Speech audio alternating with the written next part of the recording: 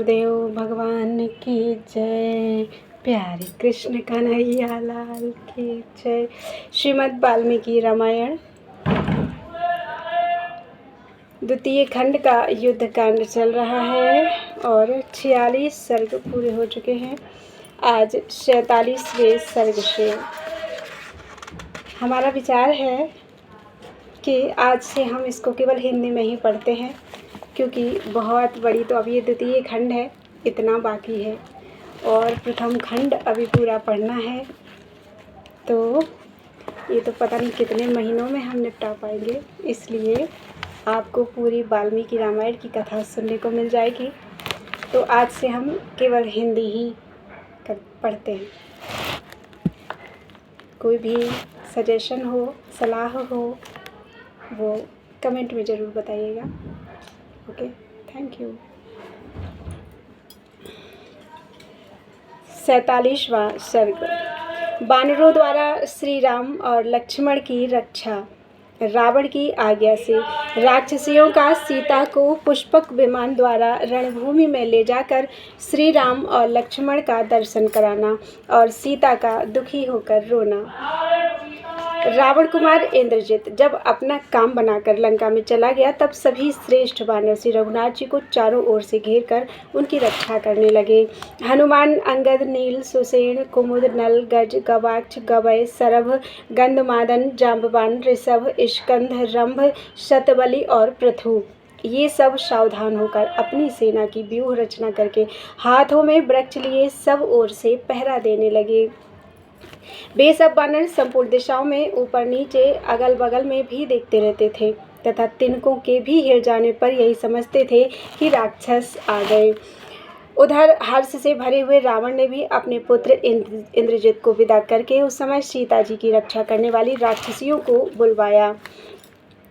आज्ञा पाते ही त्रिजटा तथा अन्य राक्षसियां उसके पास आईं। तब हर्ष में भरे हुए राक्षस राज ने उन राक्षसियों से कहा, तुम लोग विदेह कुमारी सीता से जाकर कहो कि इंद्रजित ने राम और लक्ष्मण को मार डाला।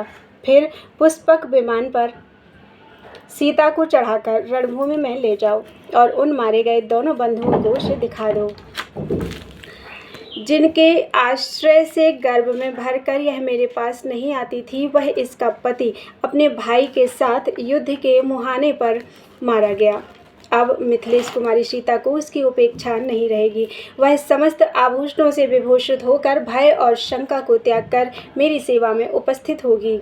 आज रणभूमि में काल के अधीन हुए राम और लक्ष्मण को देखकर वह उनकी ओर से अपना मन हटा लेगी तथा अपने लिए दूसरा कोई आश्रय न देखकर उधर से निराश हो जाएगी। वह विशाल लोचना सीता स्वयं ही मेरे पास चली आएगी। दुरात्मा रावण की यह बात सुनकर वे सब राक्षसियां बहुत अच्छा कहकर उस स्थान पर गईं जहां पुष्पक विमान था। रावण की आज्ञा से उस पुष्पक विमान को वे राक्षसियां अशोक वाटिका में बैठी हुई मिथिलेश कुमारी के पास ले आईं।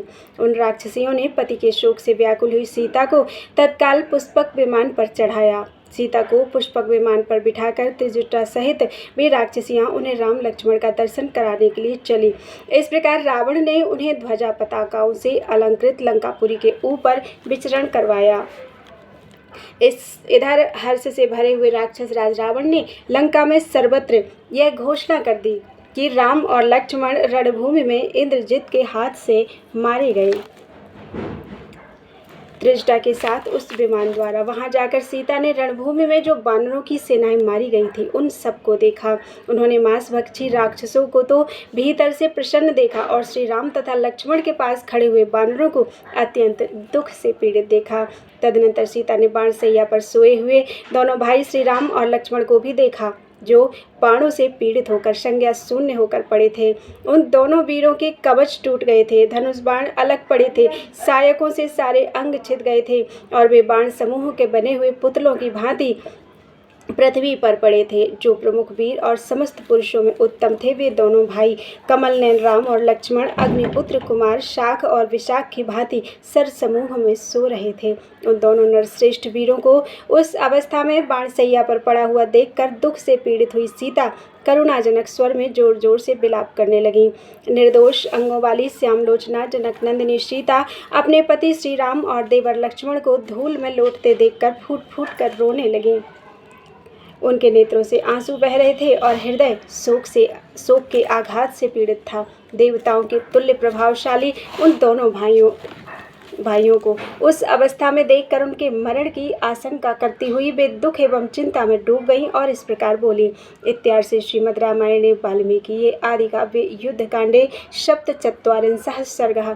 इस प्रकार श्री वाल्मीकि निर्मित आर्ष रामायण आदि काव्य के युद्धकांड में 47वां सर्ग पूरा हुआ। बोलो वृंदावन बिहारी लाल की जय।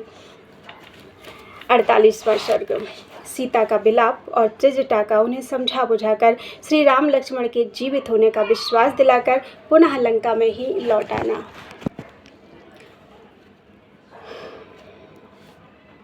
अपने स्वामी श्री राम को तथा महाबली लक्ष्मण को भी मारा गया देखकर शोक से पीड़ित हुई सीता बारंबार करुणाजनक विलाप करने लगी। सामुद्रिक लक्षणों के ज्ञाता विद्वानों ने मुझे पुत्रवती और सधवा बताया था। आज श्री राम के मारे जाने से वे सब लक्षण ज्ञानी पुरुष असत्यवादी हो गए, जिन्होंने मुझे यज्ञपरायण तथा विविध सत्रों का संचालन करने वाले राजाधिराज की पत्नी बताया था। आज श्री राम के मारे जाने से वे सभी लक्षण वेत्ता पुरुष झूठे हो गए। जिन लोगों ने लक्षणों द्वारा मुझे वीर राजाओं की पत्नियों में पूजनीय और पति के द्वारा सम्मानित समझा था, आज श्री राम के न रहने से वे सभी लक्षणज्ञ पुरुष मिथ्यावादी हो गए। ज्योतिष शास्त्र के सिद्धांत को जानने वाले जिन ब्राह्मणों ने मेरे सामने ही मुझे नित्य मंगलमयी कहा था, वे सभी लक्षणवेत्ता पुरुष आज श्री राम के मारे जाने पर असत्यवादी सिद्ध हो गए। जिन लक्षणभूत कमलों के हाथ पैर आदि में होने पर कुलवती स्त्रियां अपने पति राजाधिराज के साथ साम्राज्ञी पद पर अभिषिक्त होती हैं, वे मेरे दोनों पैरों में निश्चित रूप से विद्यमान हैं। जिन अशुभ लक्षणों के कारण सौभाग्य दुर्लभ होता है और स्त्रियां विधवा हो जाती हैं, मैं बहुत देखने पर भी अपने अंगों में ऐसे लक्षणों को नहीं देख पाती। तथापि मेरे सारे शुभ लक्षण निष्फल हो गए। स्त्रियों के हाथ पैरों में जो कमल के चिन्ह होते हैं, उन्हें लक्षणवेत्ता विद्वानों ने अमोघ बताया है, किंतु आज श्री राम के मारे जाने से वे सारे शुभ लक्षण मेरे लिए व्यर्थ हो गए। मेरे सिर के बाल महीन बराबर और काले हैं, भौहें परस्पर जुड़ी हुई नहीं हैं, मेरी पिंडलियां घुटनों से नीचे के भाग गोल गोल तथा रोम रहित हैं तथा मेरे दांत भी परस्पर सटे हुए हैं। मेरे नेत्रों के आसपास के भाग, दोनों नेत्र, दोनों हाथ, दोनों पैर, दोनों गुल्फ और दोनों जांघें बराबर विशाल हैं। दोनों हाथों की अंगुलियां बराबर एवं चिकनी हैं और उनके नख गोल एवं उतार चढ़ाव वाले हैं। मेरे दोनों स्तन परस्पर सटे हुए हैं और स्थूल हैं। इनके अग्रभाग भीतर की ओर दबे हुए हैं। मेरी नाभि गहरी और उसके आसपास के भाग ऊंचे हैं। मेरे पार्श्व भाग तथा छाती मांसल है। मेरी अंग कांति खरादी हुई मणि के समान उज्ज्वल है। शरीर के रोए कोमल हैं तथा पैरों की 10 अंगुलियां हैं। इन सब के कारण लक्षणज्ञों ने मुझे शुभ लक्षण बताया था। मेरे हाथ पैर लाल एवं उत्तम कांति से युक्त हैं, उनमें जौ की समूची रेखाएं हैं तथा मेरे हाथों की अंगुलियां जब परस्पर सटी होती हैं, उस समय उनमें तनिक भी छिद्र नहीं रह जाता। कन्या के शुभ लक्षणों को जानने वाले विद्वानों ने मुझे मंद मुस्कान वाली बताया था। ज्योतिष के सिद्धांत को जानने वाले निपुण ब्राह्मणों ने यह बताया था कि मेरा पति के साथ राज्याभिषेक होगा, किंतु आज वे सारी बातें झूठी हो गई। इन दोनों भाइयों ने मेरे लिए जन स्थान को छान डाला तथा मेरा समाचार पाकर अक्षोभ्य समुद्र को पार किया, किंतु हाय, इतना सब कर लेने के बाद थोड़ी सी राक्षस सेना के द्वारा जिसे हराना इनके लिए गोपद को लांघने के समान था, वे दोनों मारे गए। परंतु ये दोनों रघुवंशी बंधु तो वारुण, आग्नेय, इंद्र, वायव्य और ब्रह्मशिर आदि अस्त्रों को भी जानते थे। मरने से पहले इन्होंने उन अस्त्रों का प्रयोग क्यों नहीं किया? मुझ अनाथा के रक्षक श्री राम और लक्ष्मण इंद्र तुल्य पराक्रमी थे, किंतु इंद्रजित ने स्वयं माया से अदृश्य रहकर ही इन्हें रणभूमि में मार डाला। अन्यथा युद्ध स्थल में इन श्री रघुनाथ जी के दृष्टि पथ में आकर कोई भी शत्रु, वह मन के समान वेगशाली क्यों न हो, जीवित नहीं लौट सकता था। परंतु काल के लिए कुछ भी अधिक बोझ नहीं है, वह सब कुछ कर सकता है। उसके लिए दैव को भी जीतना विशेष कठिन नहीं है। इस काल के ही बस में पड़कर आज श्री राम अपने भाई के साथ मारे जाकर युद्ध भूमि में सो रहे हैं।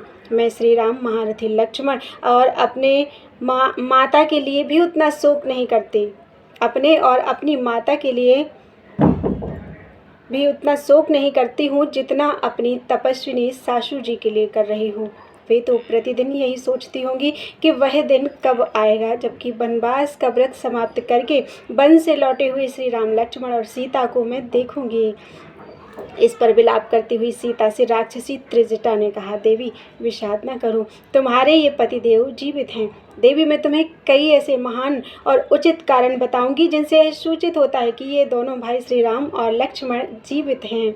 युद्ध में स्वामी के मारे जाने पर योद्धाओं के मुंह क्रोध और हर्ष की उत्सुकता से युक्त नहीं रहते, किंतु यहाँ वे दोनों बातें पाई जाती हैं, इसलिए ये दोनों जीवित हैं।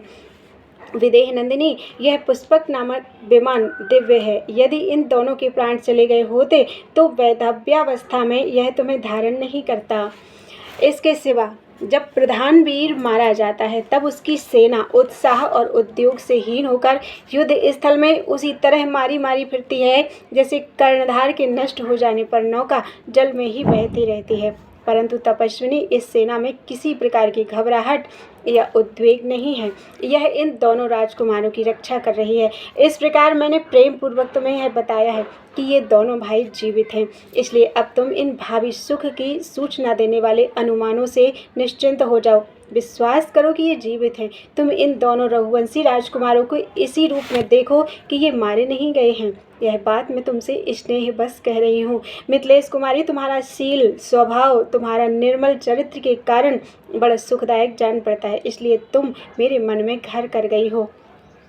अतएव मैंने तुमसे ना तो पहले कभी झूठ कहा है और न आगे ही कभी झूठ कहूँगी। इन दोनों वीरों को रणभूमि में इंद्र सहित संपूर्ण देवता और असुर भी नहीं जीत सकते। वैसा लक्षण देखकर ही मैंने तुमसे ये बातें कही हैं। मिथिलेश कुमारी, यह महान आश्चर्य की बात तो देखो, बाणों के लगने से ही अचेत होकर पड़े हैं तो भी लक्ष्मी अर्थात शरीर की सहज कांति इनका त्याग नहीं कर रही है।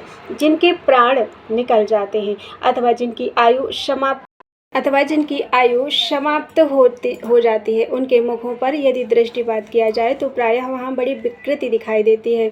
इन दोनों के मुखों की शोभा ज्यों की त्यों बनी हुई है, इसलिए ये जीवित हैं। जनक किशोरी, तुम श्री राम और लक्ष्मण के लिए शोक, दुख और मोह त्याग दो, ये अब मर नहीं सकते। त्रिजटा की यह बात सुनकर देवकन्या के समान सुंदरी मिथिलेश कुमारी सीता ने हाथ जोड़कर उनसे कहा, बहन ऐसा ही हो।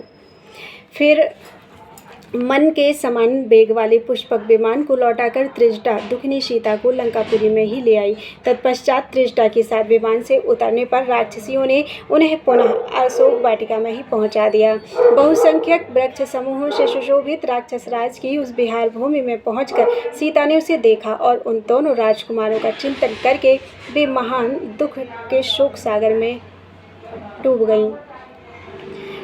इस प्रकार श्री वाल्मीकि निर्मित आर्ष रामायण आदि काव्य के युद्ध कांड में 48वां सर्ग पूरा हुआ। बोलो वृंदावन बिहारी लाल की जय।